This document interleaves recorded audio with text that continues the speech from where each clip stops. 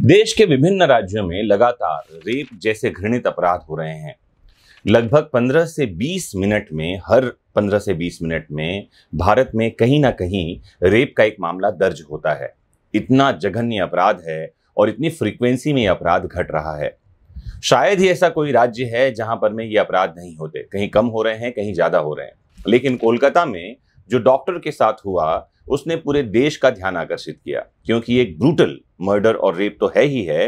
ये सरकारी अस्पताल में हुआ है, रात के समय हुआ, किसी को जानकारी नहीं है और बहुत कुछ इसमें गड़बड़ी दिखाई पड़ रही है। देश भर के डॉक्टर जहां हड़ताल पर चले गए तो भारत के सुप्रीम कोर्ट ने सीधे इस मामले का कॉग्निजेंस लिया। और सुप्रीम कोर्ट में क्या कुछ हुआ, सुप्रीम कोर्ट ने क्या नाराजगी जताई और क्या कहा, आज मैं आपको इस वीडियो में यही बताने जा रहा हूं। तो लास्ट तक जुड़े रहना है इस वीडियो से और जानना है सुप्रीम कोर्ट में क्या कुछ हुआ कोलकाता रेप और मर्डर केस को लेकर। Chief justice DY Chandrachud, justice JB Pardiwala और जस्टिस मनोज मिश्रा साहब की बेंच बैठी थी। 3 जजेस की ये बेंच कोलकाता रेप और मर्डर केस में क्या कुछ हुआ उसकी स्टेटस रिपोर्ट जानने और उस मामले का संज्ञान लेने के लिए बैठी थी। और इन जजेस ने, जो सुप्रीम कोर्ट की इस बेंच में बैठे थे, बंगाल सरकार को आड़े हाथों लिया। सुप्रीम कोर्ट ने कहा कि पश्चिम बंगाल सरकार से कानून व्यवस्था बनाए रखने और घटना स्थल को सुरक्षित रखने की अपेक्षा की गई थी, लेकिन यह समझ में नहीं आ रहा है कि राज्य सरकार ऐसा करने में क्यों असफल रह गई। पेरेंट्स को पीड़िता का शव देरी से क्यों सौंपा गया और उपद्रवियों को अस्पताल में कैसे घुसने दिया गया। कोर्ट ने कहा कि ऐसा लगता है कि तड़के यानी सुबह सुबह क्राइम का पता चलने के बाद प्रिंसिपल ने इसे सुसाइड बताने की कोशिश की। ऐसा क्यों किया गया। साथ ही कोर्ट ने यह कहा कि पश्चिम बंगाल सरकार को अपनी शक्तियों का प्रयोग प्रदर्शनकारियों पर नहीं करना चाहिए, क्योंकि यह नेशनल लेवल पर आत्मचिंतन का समय है। कोर्ट ने RG कर, जो मेडिकल कॉलेज है, उसके प्रिंसिपल की दूसरे कॉलेज में आनन फानन में जो नियुक्ति कर दी गई उस पर सवाल उठाया। कहा जबकि उनका आचरण अभी जांच के दायरे में है तो उन्हें इतनी जल्दी नियुक्ति देने की क्या हड़बड़ी थी।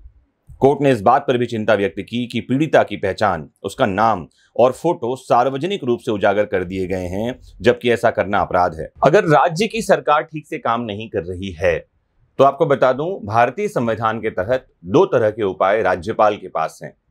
राज्यपाल इस मामले में क्या कुछ कर सकते हैं, आप डिटेल से समझिए।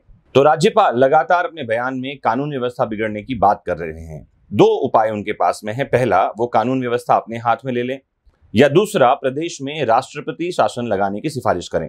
दोनों ही परिस्थितियों में फैसला लेने का अधिकार संविधान के भाग 18 के 3 आर्टिकल्स में दिया गया है। पहला है आर्टिकल 355, जिसमें कहा गया है कि केंद्र सरकार बाहरी आक्रमण और आंतरिक अशांति से किसी भी समय राज्य की रक्षा करने के लिए कानून व्यवस्था अपने हाथ में ले सकती है। दूसरा है आर्टिकल 356, इसमें कहा गया है कि इन परिस्थितियों में राज्य में राष्ट्रपति शासन लगाया जा सकता है। एक तो ये कि जब राज्य विधानसभा में कोई भी दल बहुमत सिद्ध न कर सके। दूसरा तब जबकि आपातकालीन स्थिति जैसे बाढ़, महामारी, युद्ध, हिंसा या प्राकृतिक आपदा का समय हो। तीसरा ये कि अगर सरकार का सदन में संख्या बल कम है और वह बहुमत खो दे। और चौथा, अगर राज्यपाल या राष्ट्रपति को लगे कि राज्य सरकार संविधान के अनुरूप शासन चलाने में समर्थ नहीं है या संविधान के मूल सिद्धांत की अनदेखी की जा रही है। चलते चलते एक और प्रश्न की समीक्षा कर लेते हैं। क्या पश्चिम बंगाल में हालात इतने खराब हैं कि वहां राष्ट्रपति शासन लगाया जा सकता है? आइए इसकी भी पड़ताल करें।